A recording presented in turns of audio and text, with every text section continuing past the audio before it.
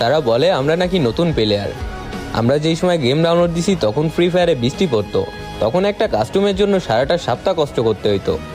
সেই কি তোমাদের মনে আছে পিকের ছাদের কথা, বা ফ্যাক্টরির সেই ফিস্ট ফাইটের কথা? এখন হয়তো বা এরা নতুন শুনতেছো তোমরা। হ্যাঁ, তোমরা নতুনই শুনবা, কারণ নতুন প্লেয়ার যারা আসো তাদের এই সম্পর্কে কোনো ধারণাই নাই। একটা সময় ছিল আমরা বিমা শক্তির ওই টাওয়ারের উপর র্যাঙ্ক পুশ করতাম, আর এখন দেখো র্যাঙ্ক পুশ নিয়ে কারোর মাথা ব্যথা নেই, সবাই প্রো প্লেয়ার, সবাই কাস্টমে চ্যালেঞ্জ দিয়ে দিতে পারে।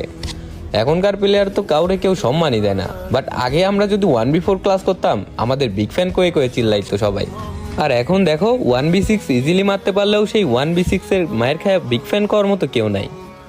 হয়তোবা প্যানেল ইউজার বলবে, নয়তোবা বট বলবে। আসলে এটাই হয়তোবা সময়ের ব্যবধান, সময়ের সাথে সাথে সবকিছু পরিবর্তনশীল। হয়তোবা কোনো একদিন প্লে স্টোরের বুকে এই গেমটা থাকবে না, তবুও বলবো সারা জীবন এই গেমের প্রতি এক ফোঁটাও ভালোবাসা কমবে না।